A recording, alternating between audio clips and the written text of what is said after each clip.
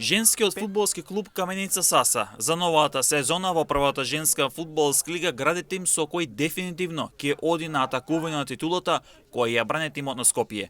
Од минатата сезона ростерот во цело се сочуван. Има само едно заменување, откако клубот од малото рударско градче одлучи да се раздели со бразилката Чиури Гоја, а веќе се договорени две странски засилувања.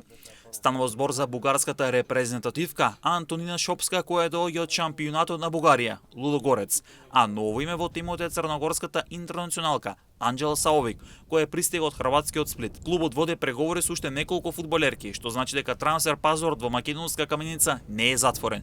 Тимот, предводен од Зоран Златковски, ќе атестира формата на пријателски мечеви против Речица и Скопје, а потоа на 15 и 16 август ќе настапи на традиционалниот турнир во Речица.